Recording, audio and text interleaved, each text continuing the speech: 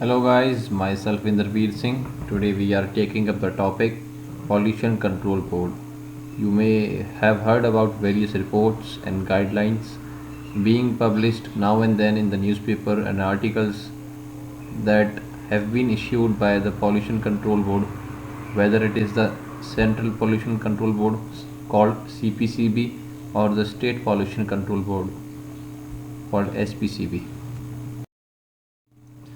So, Central Pollution Control Board was formed on 22nd September 1974, and its major objective was to address the two environmental concerns, namely water and air pollution. Okay, now it was followed by the various states establishing their own state level pollution control board.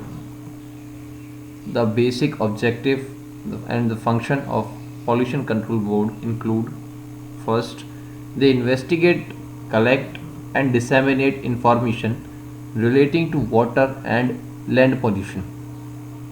Okay, they study various kind of rivers, water bodies and the environment, and then they conclude some basic information and facts regarding their nature and how we should change our habits in order to not to harm the water bodies and the air around us. Okay,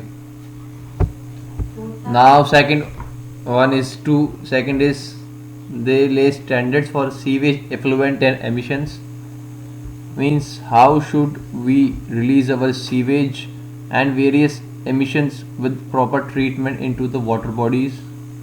Third is that they provide technical assistance to they provide technical assistance to government in promoting the cleanliness of streams, the manner in which the ponds, rivers, wells should be treated, should be cleaned, and they also provide various guidelines through which the control and mitigation of water and air pollution can take place. Fourth is that they carry out and sponsor various investigation and research related projects related to the problem of water and air pollution along with their prevention and the control. They also organize mass awareness program through various mass medias, and they also prepare manuals, code and guidelines report relating to the treatment and disposal of sewage and trade effluent, as we have discussed it in previous point, that they issue various guidelines and technical assistance.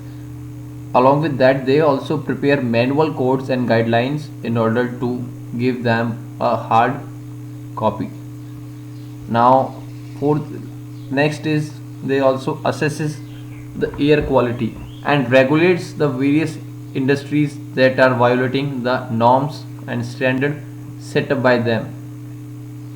They provide background air quality data that is needed for individual fitting and town planning. Now the next point is that the pollution control board collects, collate and disseminate technical and statistical data related to water pollution and also monitor quality of water in 125 rivers, lakes, creeks, ponds, tanks, drains and canals.